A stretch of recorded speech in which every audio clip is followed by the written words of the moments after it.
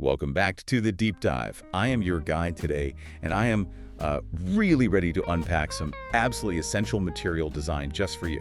And I am here to help synthesize that information, helping you understand not just what to say, but really how to use this knowledge immediately so you can feel secure and, confident. Absolutely. And today, we are focusing on a topic that, well, it touches almost everyone at some point.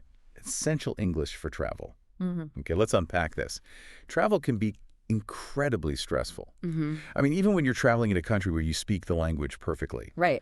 But when you're getting on a plane or a train or checking into a hotel in a totally new country and you're relying on English, well, that stress level just goes way, way up. It really does. So our goal today is very clear. We want to give you, the listener, the fundamental simple phrases you need to feel safe, to feel confident. Yeah. Even if your current English level is, say, A1 or A2, the true beginner level. Right. English is used so widely for tourism and, international communication. Having even simple, direct phrases means you gain control over your journey. That is precisely the mission. It's Right. all about confidence, which is why we have to talk about the real elephant in the room for every language learner. Anxiety. Anxiety, yes. Absolutely. The biggest hurdle we see is it's often psychological. There's that common fear of making mistakes, right? Yeah. That worry that you're not speaking perfectly or, the dread of being misunderstood.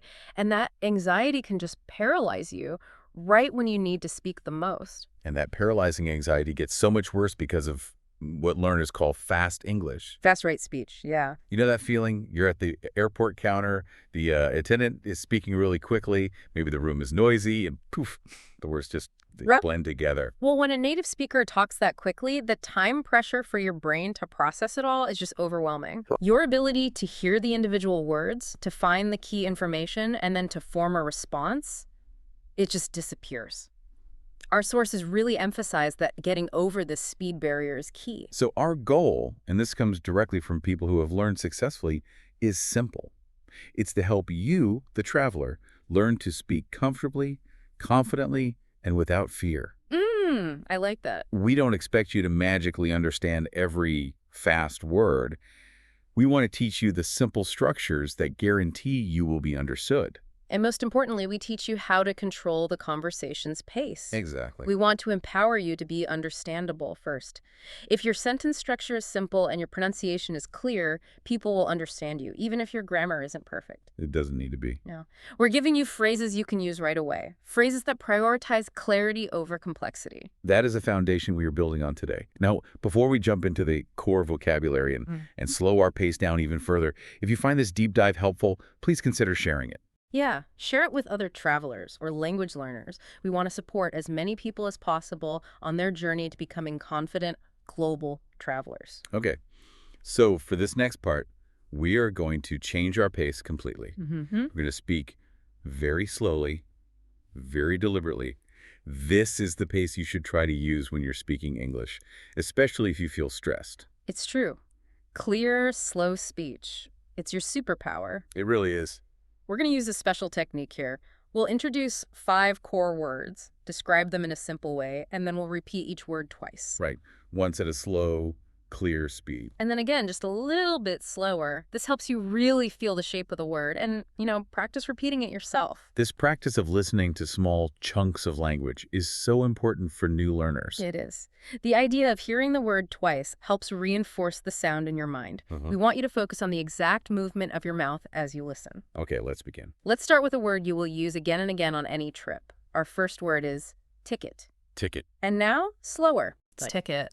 A ticket is a piece of paper or, maybe a code on your phone that you need to travel. It's your proof that you can go from one place to another. Okay, next one. Where do most international trips start? Yeah.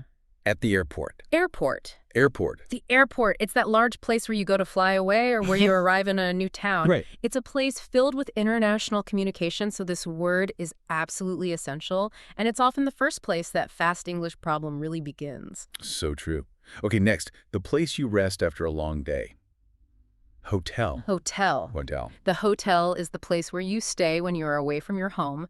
Checking in, asking for help, all these things rely on knowing this word. It's a pillar of travel vocabulary. It really is. Okay, fourth, a tool you use when you are lost. Map. Map. Map. A map can be a piece of paper, or it can be an app on your phone that shows you the way to a place or a street. And even if you use GPS, the language you use when you ask for directions often includes this word. And finally, probably the most important survival word you need. Help. Help.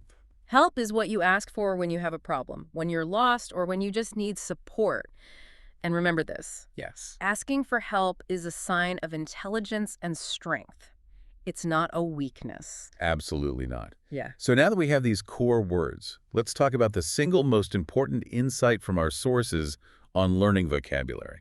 Right. And it kind of goes against the idea of just memorizing long lists of words. It does. The insight is the power of learning words in context. We call this acquiring lexical chunks. Lexical chunks. Okay. So if you just learn the word ticket, it just sits in your memory. It's passive. It's hard to find quickly when you're stressed. It's like having a single brick. Right. Yeah. But you have no idea how to build the wall. That's the perfect analogy. The best strategy for a traveler is to learn the word already inside a full, usable sentence. So it's ready to go. Exactly. You want those words ready to deploy instantly in a structure that you know works. This way, you learn the vocabulary and the simple grammar at the same time. Let's illustrate this. If you only learn the word hotel, your brain has to work really hard to build a sentence around it. But if you learn the chunk, where's the hotel, your brain immediately have a full tool ready to use. And this drastically reduces the mental work during a stressful moment. When you're nervous, you don't have time to think about verbs or tenses. Yeah. You just need the whole block of communication ready to come out of your mouth. Lexical chunks are those ready-made blocks. So we aren't just learning map. We are preparing to use the full sentence, I need a map. Yes. This jump from a single word to a functioning phrase is what we're going to focus on right now. Okay, let's do it. Now we are going to build your essential travel phrase book. We are going to rely on predictable, simple sentence patterns, foundational structures. If you can master subject plus verb plus noun, or the simple use of the verb to be, you can handle almost any travel situation. And the beauty of this level, A1, A2 English, is that we can skip all the complexity. Right. We don't need complicated grammar. We just focus on simple, direct statements. That clarity is your greatest asset. Okay, let's start with your needs. When you travel, you have needs. So this is your most powerful survival tool. The structure is simple, I plus need plus noun. Let's practice this. Okay. I need help. This is your foundational survival phrase. It's direct, it's clear, and it works in any culture that uses English for communication. Okay, next one. I need a ticket. And we use the article a here. It's important. A ticket, because you are looking for any ticket that solves your problem. It's general. Good point. Now let's think of another common need. You're thirsty after a long flight. Okay. You would say, I need water. Notice we don't use a because water is a non-countable noun. Same for coffee. Or maybe you're just exhausted from carrying your bags. You just need a break. Then you say, I need rest. The power of this structure is its predictability. If you memorize I need, you can just insert any travel word you know and you will be understood. It's so flexible. Let's add a couple more. Say you've lost your phone connection. You could say, I need a phone. Exactly. Or you're looking for the bathroom. I need the bathroom. Now, wait. That's a great example. Why did we switch from a ticket to the bathroom? Let's just take a moment to clarify the difference between a and the again. This is so critical for beginners. It is, and it's simpler than it seems. We use a or an when we're talking about a general, non-specific thing. Right, like one of many. Exactly. Like you're on a street and you say, I need a taxi. Yeah. You will take any taxi that is available. Okay, so a is for general. What about the? We use the when both you and the listener know exactly which thing you're talking about. Think of the as meaning that specific one. So, for example, the taxi you ordered is here. You can say to your friend, the taxi is here. Right, because you're talking about one specific known car. And the bathroom example is interesting. How so? Well, even if there are many bathrooms in a building, we usually say, where is the bathroom? Because in any location, like a restaurant, there is usually only one public restroom area. It becomes specific. So, a simple rule, if it's new or general, use O. If it's specific and known, use the, like the address or the door. That's it. Perfect. Okay, so that's I need. But sometimes you're not asking for something, you're just describing your situation. Right. And for that, we often just need to use the verb to be. This is the core of all descriptive communication. We use to be to connect the subject, like I, the hotel, the bus, to a description. Like tired, far, late. Let's start with you, the traveler. You are exhausted, you say. I am tired. Simple structure. Subject plus am plus adjective. This immediately tells someone what they need to know to help you. Or to describe something around you, maybe the bus has not arrived. You can say, the bus is late. Again, very simple. The noun bus plus is plus adjective, late. It's clear, concise, and easy to build. What if the place you need to go feels very, very far away? You would say, the hotel is far. These structures are so important because they explain the reality of your situation. You're not making a demand, you're just stating a fact that helps the other person understand your problem. And we can also use it to describe an action happening right now, like what you are doing. Right, the present continuous pattern. So you could say, I am waiting now. I am waiting. Or if someone asks what you're doing in line. You could say, I am checking in. The key with all of these is to keep them short and direct. Avoid trying to explain why you were tired. Just state the core fact. Simplicity is your best friend here. Okay? Next up, probably the most common problem when traveling, getting lost. Yes. Disorientation. You need to find a place. So information questions, especially with the word where, are absolutely essential. And the structure is so simple and repetitive. It's just where is, and then the specific noun you're looking for. And you usually use the here because you're looking for a specific place, right? Exactly. Okay, let's practice with our core words. Where is the hotel? Perfect. It's fast, it's effective. You don't need a long, complicated sentence. The short question is clear. What if you're looking for your gate at the airport? You would ask, where is the gate? Or maybe you're lost in a huge museum and you just want to leave. Where is the exit? See? The predictability of the structure makes it so easy to remember. Once you memorize where is, you just add the noun. The communication works. We can also use this to find other things, like money. Sure. Where's the bank? Or where's the ATM? These are practical, immediate questions that solve a traveler's problem, and they show successful communication, even for a beginner. Okay, now we come to the most vital technique. This is for managing stress, for managing that fast-rate speech. This is how you take control of a conversation. Yes, we have to teach you how to ask for help when the communication speed is just too much. And this isn't about being polite, though it is. It's a required linguistic tool. The ultimate phrase of control is 2 sentences long, and we really want you to practice this until it is automatic. Okay, the first part is, I don't understand. And the second part is, can you speak slowly? That request is so powerful. It forces the other speaker to give you the information in smaller, more digestible pieces. Right.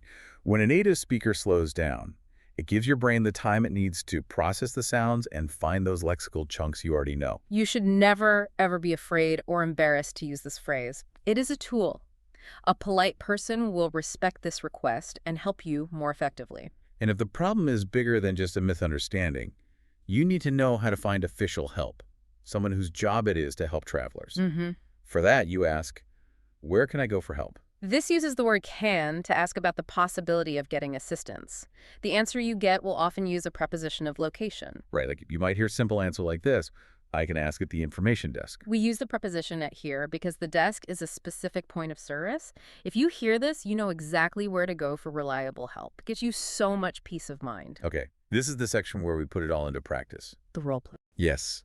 We're going to act out 3 mini scenarios using only the simple structures we've talked about, and we'll perform them very slowly and clearly. I will play the role of the learner. I'll be a little nervous, maybe a bit jet-lagged, and I'll be struggling to find my words. And I'll be the helpful local guide or attendant. I'll make sure my speech is supportive and easy to follow. So listen carefully. These are realistic situations. Okay, I'm ready. First scenario, asking for directions. You're lost in the city. Okay. Excuse me, you look confused. Are you okay? Can I help you? Yes, I need help. I am lost right now. I understand. What place do you need to find? I need the street called High Street. Where is the High Street? Yeah, street is far from here. You need to take the bus number 12. Ah, bus 12. I need a ticket for bus 12. Where's the bus stop? The bus stop is right. You see the large green shop? Go left at the green shop. The stop is after the shop. Left at the green shop. Is the bus stop close? Yes, Yeah. It is close. Only 1 minute walking.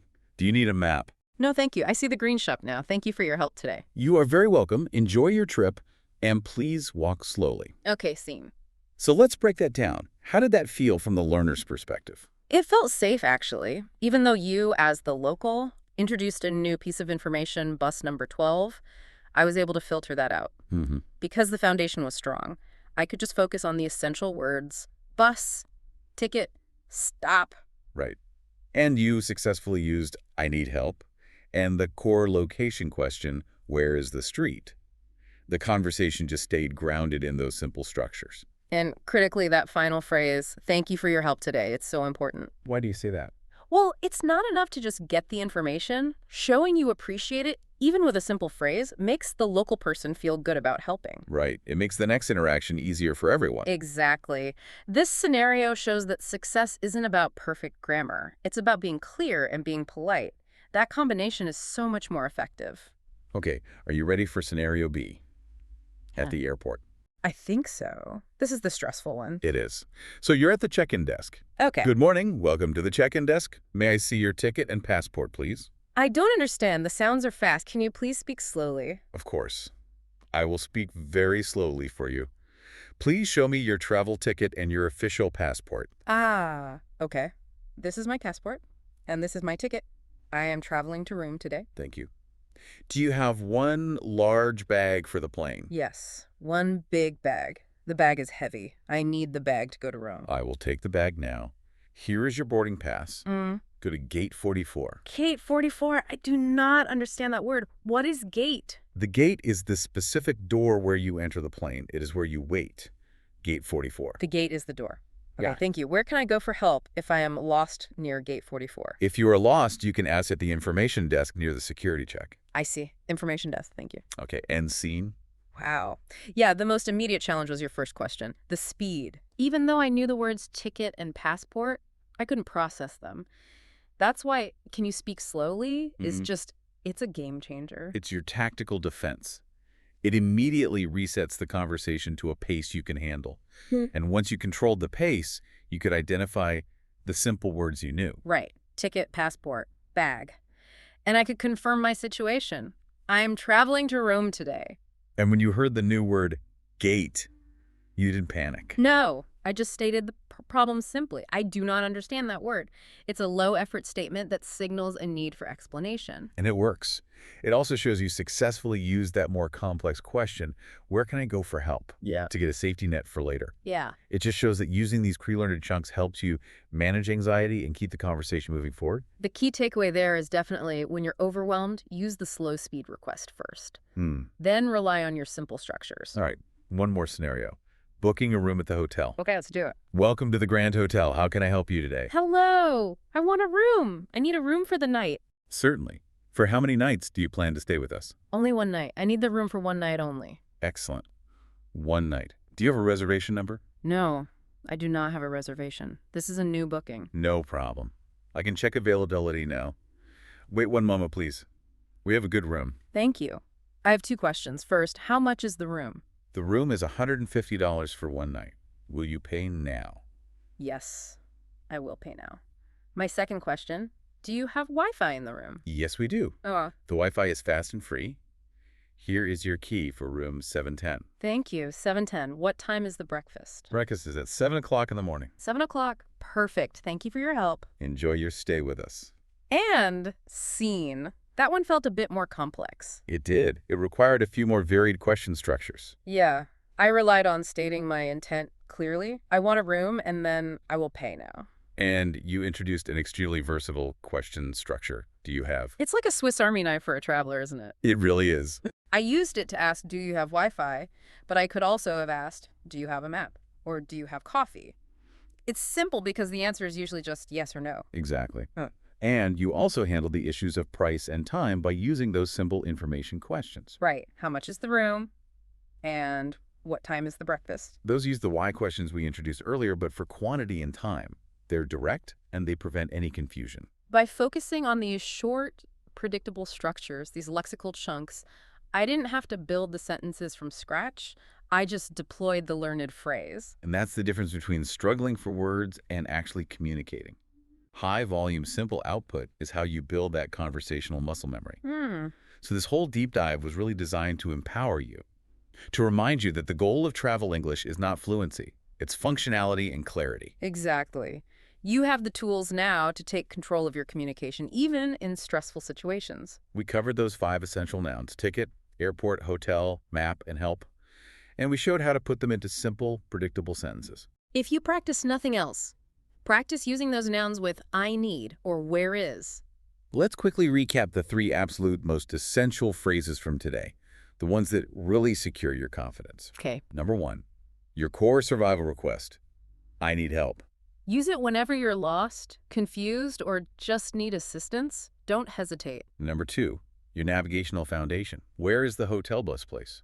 This is your simple, direct way to solve the problem of getting lost. And the most important strategic tool when things speed up. Number 3, I don't understand. Can you speak slowly? This is your right as a traveler communicating in a second language. It ensures the speaker gives you the time you need to process, which directly helps your listening. So for our listener challenge, we want to encourage active output. Don't just listen to these phrases in your head. Say them out loud. That jump from passive knowledge to spontaneous speech is often the biggest challenge. It is.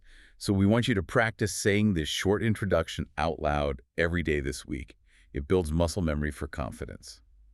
Repeat this with us now, slowly and clearly. I am traveling today. Help sometimes. I can speak slowly and ask questions. Consistent, small practices just like that. That's what accelerates your learning. That's what leads to real confidence. Don't wait for the trip to start practicing. And here's a final provocative thought for you to carry with you. Confidence in a new language isn't the absence of mistakes. It is the ability to recover from mistakes and keep communicating. That's powerful. If you use your phrase, I don't understand, can you speak slowly? You have already demonstrated the highest level of competence, the ability to manage the communication process itself. It's true. Thank you so much for joining us for this essential deep dive into travel English. We truly hope this helps you on your journey. And if you found this useful, please subscribe and leave a comment. Tell us where you want to travel next. We wish you safe and confident travels wherever you go. Goodbye. Farewell.